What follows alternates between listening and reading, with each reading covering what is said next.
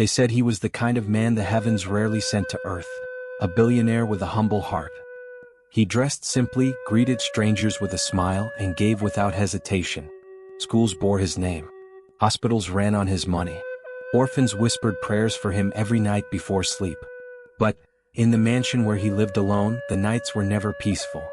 Neighbors told stories that no laughter ever rose from his compound, no sound of children running, no woman's voice calling his name. For a man so blessed, his home was cold, almost haunted. Still, the people refused to question him. How could they? He was their savior. When someone's daughter needed surgery, he paid. When a farmer lost his land, he bought it back. When the town's only church roof collapsed, he rebuilt it with shining marble. Everyone admired him. Everyone blessed his name. But what no one dared to ask was this: why did every gift he gave leave behind a shadow of silence? It began with whispers. Not the kind you hear in the marketplace, but the kind that slip through cracks in quiet rooms. Secrets no one dares to say too loud. The first whisper came from an old woman who swore her grandson disappeared after receiving a scholarship from the billionaire. She claimed he never returned from the city he was sent to. People laughed at her. He probably ran away chasing his own life. But weeks later, another whisper surfaced. This time from a family who said their daughter was chosen to work in the billionaire's company. She never wrote back. Her phone rang unanswered until it went silent. And then came another. And another. A young journalist, restless and sharp-eyed, began to notice the pattern. On the surface, the billionaire's generosity lifted hundreds from poverty. But underneath, a quiet count of those who vanished trailed behind his gifts. Every blessing seemed tied to a disappearance. Every act of kindness left a hollow space where someone once stood. The journalist tried to dismiss it at first. Coincidence, she told herself. But the deeper she looked, the harder it became to ignore. The names. The faces. The families still waiting.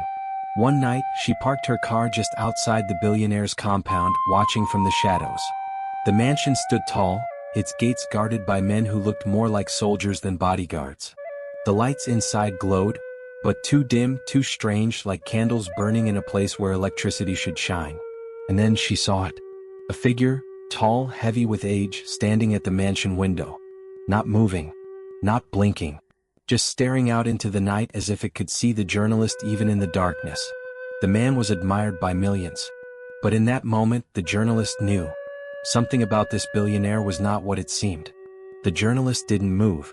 She kept her eyes fixed on the figure at the window. For a moment she thought it might just be a shadow.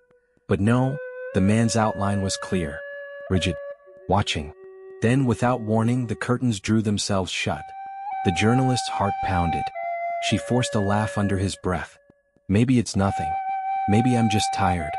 But even as she said it, his hands trembled against the steering wheel. That was not the only night. She returned again and again. And each time she noticed something different, something wrong. Once she saw workers carrying large covered crates into the mansion at midnight, crates long enough to hold a body.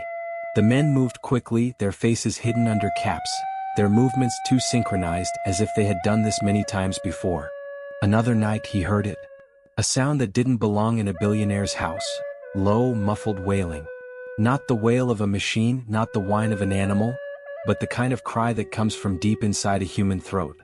It lasted only a few seconds before it was cut off sharply, swallowed by silence.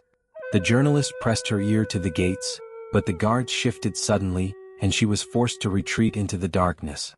She could no longer tell if curiosity was driving her, or fear. And then there was the night of the blackout. The entire neighborhood was plunged into darkness when the power grid failed. But from the journalist's hiding place, she noticed the mansion still glowed faintly. Not with electric light, but with a deep, she held her breath as she stared. The glow pulsed, almost like a heartbeat, rising and falling steadily. And for a fleeting second, she swore he saw shadows moving inside the mansion walls, twisting, writhing, bending unnaturally. That was the night she knew. The billionaire's fortune was not ordinary. And whatever was happening inside that house was not meant for human eyes. Still, she needed proof. And to find it, she would have to dig into the past, to the days when the man was not yet a billionaire, but a desperate, forgotten soul. The story of Abadil's rise was not written in any book. No newspaper dared to publish it. No town record kept it. But the journalist knew where to dig. She found an old nurse who once treated Abadil's mother. She spoke of a boy who begged for medicine he could not afford, and of the grief that swallowed him when she died. She found laborers from the old market, men now gray with age, who remembered Abadil's carrying loads on his back, his clothes torn, his eyes hollow. They told of how, one night, he vanished. Days later, he returned with money, more money than anyone could explain. And then there were the whispers from hunters. Stories of a man seen wandering into the forbidden forest on the very night a strange storm fell over the land. Piece by piece, the journalist stitched the story together. The wealth was not sudden luck. It was bought. And it carried a shadow with it. The newsroom was unusually still that night. Computers hummed, the faint buzz of the fluorescent lights filled the silence, and every other journalist had long gone home. Only Amaka remained, hunched over her desk, a half-drunk cup of cold coffee at her side.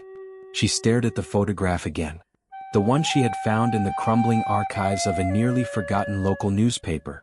It was grainy, black and white, almost faded beyond recognition. But the man in the corner of the picture, the resemblance was unmistakable. It was grainy, black and white, almost faded beyond recognition. But the man in the corner of the picture, the resemblance was unmistakable. It was him, the billionaire, Kede Obadele. Only here he was much younger. The suit he wore was oversized, his shoes dusty, his eyes sharp but burdened by something that did not match the wide grin he forced at the camera. Amaka leaned back slowly, her heart pounding. How did no one else ever notice this? The archives had been a lucky accident. She hadn't planned to go there. But something about the gaps in his official biography, the missing years, the contradictions in his story, kept gnawing at her. The answers weren't online. They weren't in glossy magazines or polished interviews. They were buried in places people had long stopped looking. And in that dusty archive, she had found not just one photograph. She had found names. An old village name. A town barely mentioned anywhere anymore. A tragedy the newspapers had buried in 2 paragraphs, then never spoke of again. Her pen scratched across her notepad, underlining the village's name. She whispered it to herself, tasting the weight of it. Byron. The moment the name left her lips, the air in the room felt heavier. She closed the file quickly as if someone might be listening. Because by now, Amaka was beginning to understand something. This was not the kind of story you just stumbled upon. The gaps were deliberate. Someone had worked hard to erase this man's past. And yet here it was, waiting for her. She opened her laptop again and began cross-referencing the fragments she had. The deeper she searched, the more unsettling the coincidences became. A fire that destroyed municipal records. A village relocated after a strange illness swept through. Families disappearing overnight, names erased from census reports. But one thread ran through all of it. The billionaire's face kept reappearing, sometimes blurred, sometimes nameless, but always there watching from the edges. Amaka's breath caught in her throat. "What happened to you?" she whispered to the photograph. Or, "What did you do?" She didn't know if the chill that passed over her came from the air conditioner or from something else. Her voice trembled as she spoke, as though documenting this would protect her. September 12, 11:47 p.m. Archive evidence suggests the man we know today as Chief Adewale Alyamide was present during a series of unreported tragedies in the late 1980s. Village name Oberiron connected. Details still unclear. Pursuing further confirmation. She clicked stop. The room seemed darker than before. And as she pushed the photograph aside, the story of the billionaire began to unspool in her mind.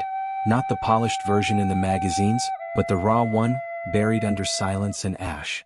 And it began far from the towers of Lagos. It began in a forgotten town, where whispers were stronger than laws, and a young man's hunger for power took its first root. His name was Kerde. To the world he was a savior, a billionaire who built schools, rebuilt churches, fed the hungry, clothed the poor. The people called him Baba Alawo, father of wealth. But before the wealth, before the marble houses, the fleets of cars, and the golden name written across hospitals and schools, Kerde was nothing. He was born in poverty. The kind of poverty that stains your clothes, that empties your stomach, that forces you to swallow humiliation day after day. He worked odd jobs, carrying loads at the market, scrubbing floors, running errands for men who never even remembered his name. He had dreams once. But dreams are heavy when the stomach is empty. Then came the day that broke him. His mother, the only person who believed in him, fell sick. The doctors demanded money, more than he had ever seen in his life. He begged. He borrowed. He sold the little he owned. But it wasn't enough. When she died, something inside him shattered. That night he walked. He didn't know where he was going.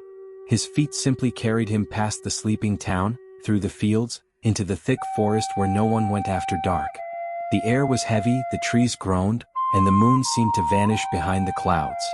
And that was when he heard the voice. It was not a human voice. It came from everywhere and nowhere at once. Deep, slow, commanding. "Cairde, do you want it?" He froze.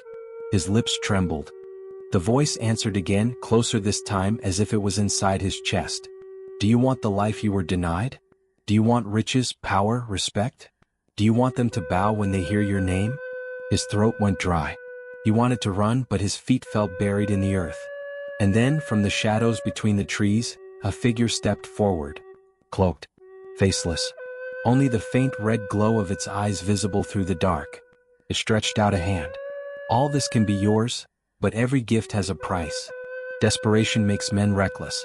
He thought of the laughter of the men who mocked him. He thought of the landlord who threw his family out. He thought of his mother's lifeless face. And he whispered, "Yes." The figure leaned closer. "Then give me what cannot be bought. Give me what you love, and wealth will be yours." Cairde's voice cracked. "I have nothing. Nothing I love." The figure chuckled, a hollow, echoing sound. "You will. And when you do, I will come to collect." It pressed something cold and heavy into his palm. A coin, ancient, carved with symbols that burned into his skin. From that night onward, his life changed. Contracts appeared. Money flowed. Enemies became friends. Doors that had always been locked swung open. But Cairde had made a deal he did not understand. And shadows never forget a debt. Her first breakthrough came from a disgruntled former driver. They met in the corner of a smoky roadside bar, the man's hands trembling as he nursed a cheap bottle of gin. He leaned close, his voice a hushed rasp. "I drove him for 5 years. Every night, around midnight, he'd call me. No matter the day. We'd drive to an unmarked building in Acadia. He'd tell me to wait in the car. When he came out, his face was pale, his shirt damp with sweat. But the next morning, his stocks would rise. His businesses would announce a sudden breakthrough. Like magic." The journalist slid lower in her seat. Her notebook was already filled with sketches of symbols she had seen repeated in his businesses. Strange markings carved on cornerstones, subtle but deliberate. Tonight, she wasn't content with fragments. Tonight, she needed proof. She waited. Midnight came slowly. The guards shifted. Lights in the upper mansion windows went out one by one, until the estate seemed to sleep. Her fingers trembled as she pushed the car door open, the night air biting against her skin. Every crunch of gravel beneath her shoes felt like it could give her away. She kept low, moving along the shadow of the stone wall until she reached the rear service entrance. There, a door, old, rusted, but clearly still in use. It resisted her first push. Then, with a sigh, it gave way. Inside, the mansion breathed a different kind of silence. Heavy. Watching. She moved past unused corridors, past walls hung with portraits whose eyes seemed too alive. She paused when she saw one, the billionaire himself, painted in youth. But the longer she looked, the less human his smile seemed, as though the artist had captured something lurking beneath his expression. Her phone's dim light cut through the gloom as she pressed deeper into the house. It was then she noticed a faint draft, leaking from behind a tapestry. She touched the wall hollow. A hidden door. Her heart thudded. With a shove, it creaked open. The smell hit her first. Old wax. And something metallic, like dried blood. She stepped into the hidden room. Candles, black and half-melted, crowded the stone floor. Symbols were etched into the walls, spirals, circles, names she couldn't pronounce. At the center, a chair stood, draped with cloths so worn they looked centuries old. On the table beside it, papers. Letters. She picked one up carefully, her breath unsteady. The handwriting was his. "I thought I could control it. I thought wealth was worth the silence of my nights. But the shadow does not leave. The forest still calls. Every fortune gained demands something lost. My wife. My son. My peace." Her throat tightened. The man who stood as a giant before the world had confessed his prison here, in ink no one was ever meant to read. The journalist backed toward the door, her mind reeling. She had uncovered more than a scandal. She had unearthed a man chained to a deal darker than anything she could publish without shaking the ground beneath the nation. And in that silence, she swore she heard something move within the shadows of the room. The air in the hidden chamber grew heavier the longer she stayed. The journalist's flashlight flickered weakly against the dark walls, the carved symbols almost seeming to shift when the light passed over them. She crouched by the desk again, her gloved fingers brushing over another stack of papers. These weren't ordinary letters. They were written in a frantic hand, sentences breaking midway, words repeated as if the billionaire had been trying to force them out against some unseen resistance. I did not want to, but he promised me everything. I hear them at night, whispering in the corners of the room. Every drop of blood paid for my fortune. Her stomach turned. She swallowed hard, forcing herself to photograph the pages quickly with her small camera. Just then the silence broke. A faint creak. From above. Her heart stopped. She tilted her head up.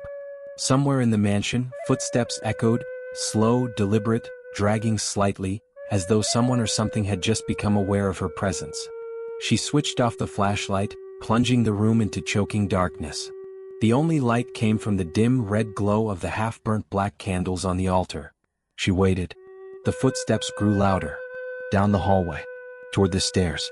Her breath caught in her throat.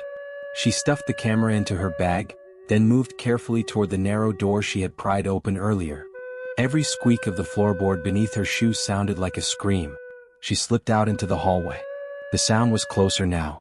The heavy tread of shoes on marble. She didn't dare look. Clutching her bag, she crept along the wall, her back scraping against the cold stone.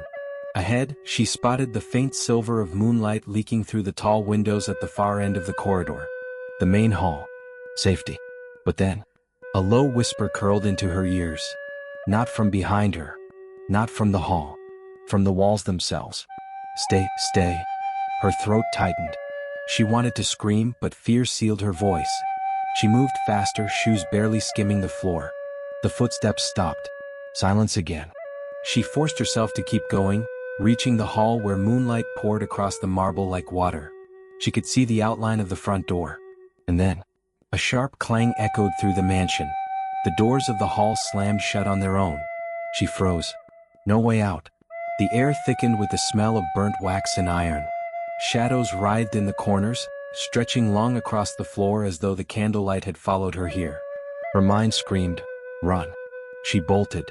Not to the doors, but to a side passage she had noticed earlier, a servant's corridor half hidden behind a curtain. She ducked inside just as the footsteps returned, slow again, patient, like a predator following prey.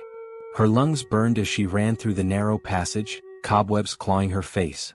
The corridor twisted, turned, and then she burst through a small wooden door at the far end, stumbling into the cold night air behind the mansion. She didn't stop. Not when the trees seemed to whisper her name. Not when her bag felt like it weighed 100 pounds.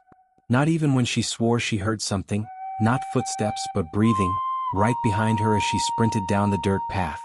Only when she reached the main road, headlights from a distant car washing over her, did she dare to look back. The mansion loomed, dark and silent, as if nothing had happened. But she knew. Something inside had watched her leave. And it wasn't finished with her. For hours after, the journalist could still feel the cold of that room on her skin, as if the shadows had followed her out. She thought she had come in search of answers about a powerful man. Instead, she had found the hollow truth. Power that is borrowed always demands a price.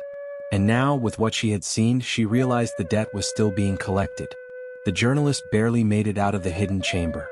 Her chest still burned with fear, her recorder clutched tight in her trembling hands. She thought the billionaire would hunt her down, but instead he summoned her. Not with threats. Not with lawyers. But with a handwritten note, slid under her hotel door. If you want the truth, come back. Tonight. Against her better judgment, she went. Inside the mansion, the man who once radiated untouchable power now looked like a ghost of himself. His eyes were hollow, his voice cracked.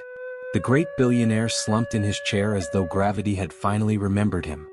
I never owned any of it, he whispered. The cars, the houses, the empire, none of it was mine. I made a deal. I gave my life for riches and now the debt is due. Tears slid down his face, his trembling hand pointing toward the black candles still flickering in the hidden room. Every award I won, every contract I got, it was because something answered me that night in the forest. But it wasn't free. It never was. My wife, my health, my sleep, all taken. And soon the last thing left me. He pressed a folder into the journalist's hand, filled with signed contracts, letters, and journals. Expose me. Let the world know wealth built on shadows will always end in darkness.